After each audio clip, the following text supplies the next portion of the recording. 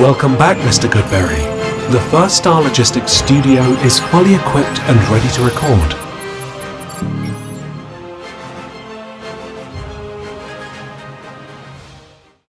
Welcome back to Bengals on the Brain, presented by First Star Logistics. I'm your host, Joe Goodberry. This is episode 113. And while I'm recording it before the final roster cuts have been announced, it's got to get uploaded to YouTube and all of that. So I'm not going to talk about that yet, but I did do a 53-man roster projection, and that was posted on Twitter at Joe Goodberry on Monday. So if you haven't seen it, go back and check. See if I'm close. See if I'm wrong. You tell me. I'm recording this before it happens. So we will digest and analyze some of that in the roster, the strengths and weaknesses, and where they need to go on Friday's episode before we really jump into the 2024 regular season, which will be next week, right? Because and then at that point, we've got the first opening game on Thursday, not the Bengals, but then we got the Bengals game versus the Patriots. We'll do some looks at the opponents. We'll do some looks at the current team, expectations, stat projections, things I expect to see during this year. Do you think Ja'Marr Chase goes over 1,300 yards this year? Yes or no? Well, hey, he practiced with the team. While they called it a full, apparently it was a spirited walkthrough, I guess, for practice, not a full 11 on 11 hitting, as they continue to try and negotiate on a long-term extension with Ja'Marr Chase. And we talked about that in the last episode at the end. So if you're interested in my take on what I think, here it is. In summary, pay that man his money and let's move on and start the regular season. Today's episode, though, because we didn't fully watch the film and break it down, it's kind of funny. The last preseason game, this happens every year, where it's like, all right, that game's done. A lot of analysts won't even watch the film that heavy, and they're just like, all right, start cutting players. And you see 53-man roster projections the day after the film, the day after the game ends, and the film's not even out yet. It's like, how are you cutting players? You haven't even watched the film yet. Well, that's, I guess, my role, and that's where I come in. And while I don't think any of them were crazy, no one stood out to really change your projection of the 53-man roster. So, like, I'm not going to go too crazy on you guys. Do your thing. Make your projections whenever you want. That's part of the fun. But there was one guy that I think over the course of 3 weeks, after the first week, I was like, okay, he ran a couple routes, wasn't much there. Had a couple blocking and not much to see. And then week 2 was like, okay, he's running a little bit more routes. He's lining up at different spots. His blocking's getting much more intricate into the offense. And then week 3 of the preseason, he had some of his best blocks, and he's getting used in all different ways than what they currently have on the roster. And he's running more routes, and he finally got to run after the catch. And I was like, you know what?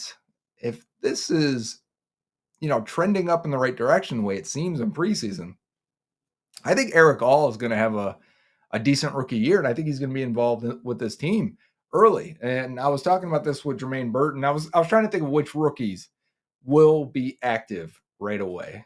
And a lot of that depends on how the roster shakes out. So I'm kind of waiting to talk about that, and that'll probably be Friday's show.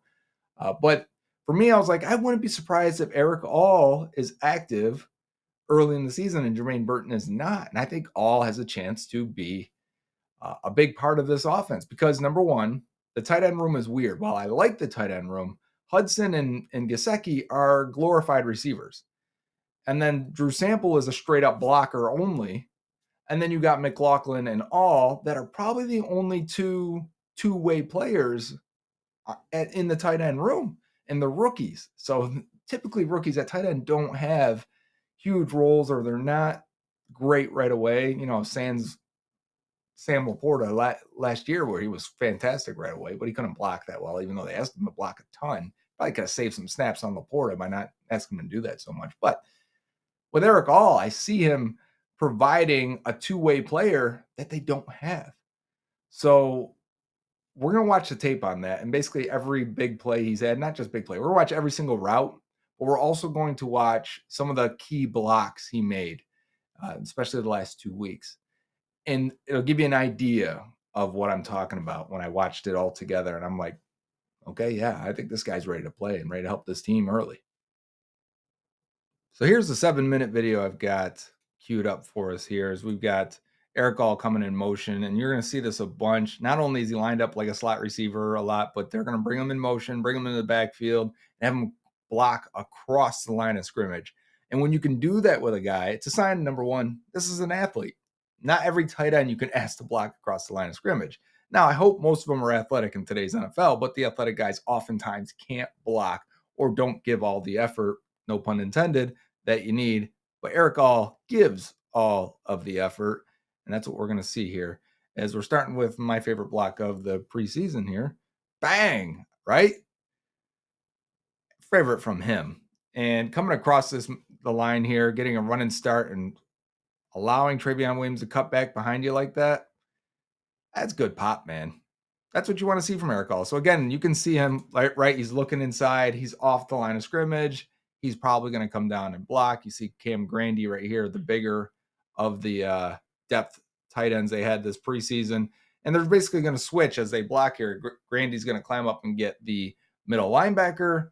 Erick All is going to take the defensive end. Very similar to the previous play, but this time we are winding it back all the way across to the right with the lead block of Trey Hill also pulling and getting in there. So watch as I've got Charlie Jones highlighted there, but to keep our eyes on Erick All. He did his job. He locks him out, only gives the outside path to the defensive end. That's your job. That's all you can really do. Charlie Jones is going to get the next block. So everyone, all four of these guys in a line, bang, bang, bang, bang, bang, get their blocks. And that's how you get a big run for Travion Williams. So great job. That's one of the best blocked runs they've had, preseason or not, in years. That was fantastic. And we're in the same formation again. Let's get it. Let's do it again. It worked once. Let's do it. Oh, no, it does not work. So let's go back. Sometimes these things, they can be the same exact run against almost the same formation, but this time you can see the Colts are shifting with it, sliding with it, and they're going to have a little more anticipation, especially this guy is going to get down in here, which makes it hard for everyone to down block and get to their blocks. But let's focus on Erick All, who's in motion right now. Obviously, he came from over here. This is him currently running right here, and he's going to go and get this defensive end again, this time with a little bit less success. More grabbing this time, right? They're going, the DN's getting his shoulder right into the solar plex of All, absorbing that contact and then driving him inside. Not a bad block. I mean, we're talking about an athletic tight end versus I'm going to pause it again here, against a defensive end. So that's about the least we can expect on that play there, which isn't bad still. So now Erick All here is we got a run that's going opposite way. He's the weak side guy here. He needs to get in front. That's what I tried to draw here previously. So watch him get out of his stance very, very quickly. He's going to fire out, which is great. I love to see the intensity. And he's going to wrap and wall this guy off. That's what that little parenthesis, half a parenthesis logo looks like there. See him get out of that? Yeah, let's go back one. Let's watch him one more time. And I'll stop talking so you can watch it. Watch Erick All. Focus on him. Watch him get out of his stance. Fire out. Yes. Good timing with Kirkland, too. And then you get upfield shoulder, which I wanted to pause it on that. Let's go back just a little bit here, if I can. There we go. Yes, perfect. So I saw someone say, I started reading comments on Twitter, of course. Someone was like, oh, he missed this block on this linebacker. He did not miss this block. Getting to this upfield shoulder here and then forcing this guy to come back inside. Look at him. We often will put the vision cone right on these guys as they're trying to peek and look and see where he's looking for the ball in all the wrong places. And Erick All attacks that upfield shoulder because then he could just, stay with it, force that guy backwards, and now he's in position. And yeah, the linebacker eventually redirects and gets over to it. But I mean, after a big run, he's never really the one making the tackle. So let's go all the way back to week 1 versus the Bucs and watch Erick All's routes and see how he was actually used throughout the season. That's him at the top of the screen. And he's going to run just a vertical route. Doesn't look like the fastest guy out here. I think he's quicker than fast still. We got to see how he recovers from the injuries he had in college. But that was about it from the Bucs game. And then now we're getting him on the line a little bit. He's going to fake like he's blocking, release as the check down between two defenders, catch the ball, turn upfield. Great. Routine play. That's what it looks like. That's what we need him to do. Again, he's coming in motion off the line, more as a move tight end.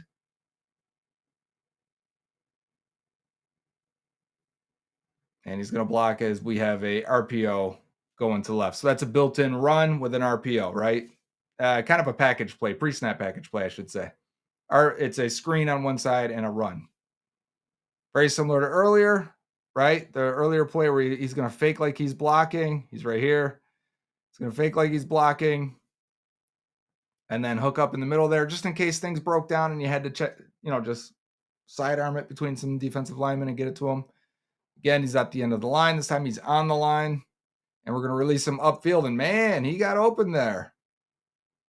He split the seam and got up there. Ball was already out, so it is what it is. But eyes on him again as he comes in motion, going to block and then release. A lot of blocking, chipping, and releasing for Erick All, which again, he's probably the only guy that you feel comfortable doing that with. You're not going to do it much with Gesicki because he's going to be split out a little bit wider. You don't want to bring Gesicki in motion and hit defensive ends too much anyways. Let's keep him safe. Let's keep him healthy. Sample can do the blocking part, but he's not going to really get out there quickly, and he's never been a good receiver. So with All here, I mean, we end up throwing the screen, but you can see his vertical speed. But with All, you can do the willingness up to the block and then split out and get out there, or hook up underneath with some speed and some intensity. He looks like a thick Tyler Boyd out there with that 83, just hooking up on a stacked release bunch set. Again, he's like a slot receiver there, just hooking up, trying to stay open, trying to stay available for the quarterback. Same thing in a 3-by-1 set, hooking up. Only thing here is he hooks up. I wanted to note this. He hooks up behind. I think that the end's going to drop, or is it the linebacker? It's the DN. The DN drops. So you got to have that awareness. It may be called for him to hook up here, especially if they're expecting blitz and these guys to be out of there. Then, yeah, just hook up and be the wide open player right here. But when you see this, I wonder if you go this way and make it a little seam throw. I bet Travis Kelce would, right? Because I think you have these other guys in these areas, so you're fine. And maybe if he's going this way, you can stretch that safety and get him that way. And you hook up and then keep going if you're All. I bet Kelce would on a play like that. But that's part of the, hey, I'm a rookie, let me figure it out as we go. But then the next guy's open, we pick up the first down, not a big deal. Just something to consider and see if they add something to his game. And again, I feel like we could hit this, right? Now it's a single high safety, so we're not trying to throw over the middle of the field, right? We've talked about this middle of the field open, middle of the field close. But when you get that safety over top of you and he's shaded outside, man, as soon as I see the safety on this side of the field, I would have hit this seam throw. Oh, yeah. Because I have a lot of experience playing quarterback. So I'm saying figuratively, I would have done that. I'm not even sure if that's the right word. Let's just go back to football. Again, hooking up underneath. So I think it's interesting to see how they're using him here. Again, he's in the slot. Looks like a big Tyler Boyd. Chips right there, releases underneath. You could have went that way if you wanted to, if the pressure wasn't directly in his face. I think he could have gotten a better chip on this. I think he was a little bit slow. Like he's a little slow off the snap there. He could have got a better hit and allowed that quarterback to step up a little bit better. So, little things you can work on. Again, detaching a little bit, moving out, getting in a wide receiver stance in the slot. And he's in the flats. We got a bad throw. I'd like to see him catch that. We noted his inconsistent hands. He's definitely in the slot here. Inconsistent hands in college. But again, he's hooking up. This was a play that was the interception. I think we got eyes locked on him. Was this Logan Woodside at the time? I think it was. Well, he just was on this. Meanwhile, I mean, he's hooked. He's wide open. And we've got a guy running the seam over here for a touchdown. Watch how they react too, especially the guy running the seam. Oh, no. On the line of scrimmage this time, more of a traditional tight end stance, helping out blocking, chipping, and then releasing. Now blocking again. I think two guys ended up in the wrong spot there. I've never seen that where a guy's chipping in front of chipping and then releasing and he's out in front. Again, hooking up. You can hit it. Like timing wise, Burrow would be on this. On all these plays where he's hooking up. That's why I liked him, because I'm like, man, Burrow's going to hit these. He's throttling down pretty quickly, finding the soft spot in zones. Off the line here. Got a tight end. The wide tight end is Grandy there, and he's going to come all the way across. Again, they don't hit it there, and the quarterback keeps it. Now we're on the final game, week 3. Here's our boy. And hooking up. the Bengals like the check down options, man. Whether it's a tight end, that's why they only average like 8 yards a catch for the Bengals, or the running backs. Or a block, release. Now we got a chance to let him run after the catch. Nice little power afterwards, too. Good timing on this as he. Well, I'll slow it down when we flip to the other side. But you got to look like you're actually blocking, but blocking poorly. You got to let that edge rusher believe that you're blocking him. And I think he does a good job here. Like, oh, let me grab. Oh, no, you beat me. Let's go. Blockers get out there, Cody Ford, then rumble and make a play. Split out wide this time. I think this shows a little bit of vertical speed. Plus, he starts blocking on this end of this play. Look at him. Look at him go. All right, Erick All. On the line here to the right of the formation. He's going to block and chip. Then he's going to release as the check down. I think he was coming back to the middle. Almost like a tunnel screen. I've never seen that. Again, he's out. We're on the wrong guy. I think I circled the wrong guy. That's my mistake. That's Jermaine Burton. I remember I saved this play from because Charlie Jones does such a poor job blocking, and Burton's trying to get this here. This is Erick All down here. If you can bear with me, sometimes we circle the wrong person, so I have to make up for it by circling this guy 15 times. That was 15. And let's hit the play button. So watch at the bottom of the screen. He was ready for the block. That was his job.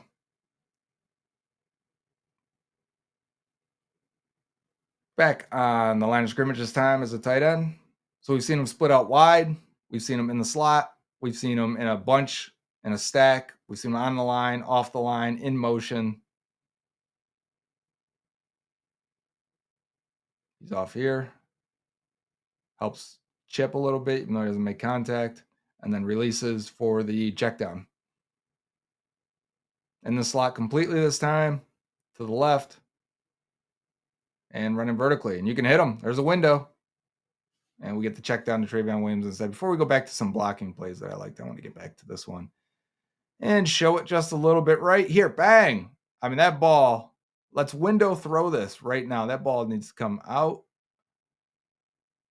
And bang. Window throw. What's a window throw? Well, you've got this window between two defenders, and it's going to take everything you got. You're going to have to step into it, and you're going to have to let it rip. Not every throw is like that. The window throws, you're going to have to let it rip and get it in there. Instead, we're quick to the check down, which fine. Let's live a little in preseason. All right, Erick All, let's watch you block a defensive end. And hey now, all right, give some fight. We like to see that. Come across the motion, come across the field again, and just lay into these defensive ends. I'm mixing my words up. Bear with me. Let's watch it again. Coming all the way across. Bang. I mean, that is effort. I'd like to watch that one more time. All right, just in case you lose him, he's right here, and he's blocking this guy, this defensive end, who sees it coming. Let's see here. Bam. That's great and wham at the same time. Graham. Yeah, I'm into it. I'm into Erick All blocking, at least as a move blocker. And a move blocker is different, but I think he looks valuable at it. So originally I had, when I was doing my projections for the season, I had Erick All catching 8 passes and, not being heavily involved in this offense. But after watching the tape completely, seeing what he offers and that it's something different than the rest of the tight end room and could help them get the run game going, while also, so if you want to play 12 personnel, it's a large conversation here, I guess I got into. If you want to play 12 personnel, which is 2 tight ends and 1 running back, you need one of them to be able to block, and then the other one can be a move tight end. Okay, so Drew Sample is your blocking on the line of scrimmage, typically called a Y tight end. And then your move tight end is someone that can go in the slot. Maybe he goes in motion and can block that way, but you're typically not asking him to block defensive ends one-on-one and bowing up with those guys that are much bigger than the move tight ends typically are, while Gesicki is 6'7", 6'6", whatever it is, and some change. He doesn't have the power to be a on the line blocking tight end. So that's Drew Sample all the way. They don't have another one. So if you want to block and have 12 personnel out there, 2 tight ends, Gesicki can do some of it. But I can see a role where they're saying, hey, Erick All is our 12 personnel guy when we want to run the ball. When you want to throw the ball, that's when you bring Gesicki out there. It looks like 12 personnel on paper. The defense may even go out there in a base package, but yet you move Gesicki around, and now he's a weapon against a linebacker or a safety, and bringing a safety down instead of covering deep on Chase and Higgins sounds great. But when you're trying to run it, that's when you mix in Erick All with Drew Sample. And that's, number one, get you to run the ball effectively a little bit better, but also, number two, All's going to have a role on this team and be able to catch more than 8 balls this year. So now I'm going to move him up a little bit. I've got some tinkering to do before Friday, before I do my final projections for the season. But I do think he's got a chance to be that guy, that H-back, which acts as a fullback at times, move type tight end, and a guy who genuinely, he was out in the slot and running routes too. So I think they think very highly of him. There's a few rookies that I think the Bengals were impressed with this preseason. Amarius Mims, of course. Erick All, for sure. I think his role is going to expand. Josh Newton, for sure. I think Dejon Anthony, yes. I don't know what his role is going to be right away. Maybe it's just Trey Flowers' role. And Matt Lee. I think these guys are going to play. Matt Lee, at the very least, won the center number 2 job, which is great to do as a 7th-round player, to come in and win that job, like, convincingly.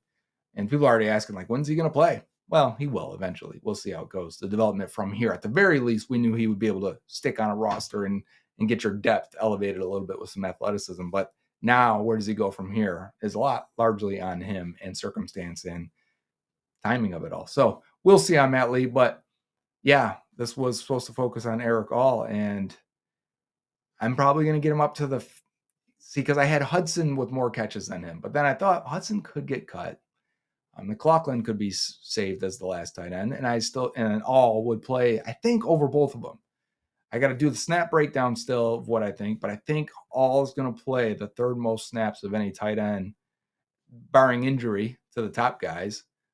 And that's good, because a lot of people liked All coming out and said if he was healthy, he would have went much higher. Probably true. But now to see him healthy, to see him move well, the injuries haven't really taken a toll. To see him block with passion and energy, understanding his angles and blocking from all different parts of the field, these are good things. So, yeah, the Bengals may have something here. And someone asked on Twitter, I did this for subscribers. There was a subscriber on Twitter. He said, is this the best rookie class, or the best we felt about a Zach Taylor rookie class leaving the preseason going into the regular season? And I thought, yeah, I agree with that. But I also wondered, is there any data to back this up? So I went back and looked at PFF since Zach Taylor got here. So 2019, 2020, which there was no preseason because of the COVID offseason. And then 21, 22, 23, and now 24. And I took all their PFF grades, averaged them together. And this year, 2024, is the highest their rookie class has ever scored in the preseason, with a 64 average, which is pretty good. That's usually like baseline starter level play. So if you've gotten that from most of your draft picks, maybe this class could be the one that keeps them and keeps their Super Bowl window open for quite a few more years. This has been Bengals on the Brain, presented by First Star Logistics. I'm excited to be with you guys for the full 2024 season. We have a new show lined up too, which we will talk about very soon. I think soon, relatively soon. I mean, the season's starting. So until next time, Houday. Dave Lapham here, and every day I am grateful for my experience to have played professional football. As a player, I realize self-motivation, leadership, and appreciating your teammates are key. At First Star Logistics, you can use those same attributes to create the life you want for you and your family. Build your future by working hard like I did. You'll see results both on and off the field. Call First Star Logistics today and be part of our winning team. Opportunity knocking.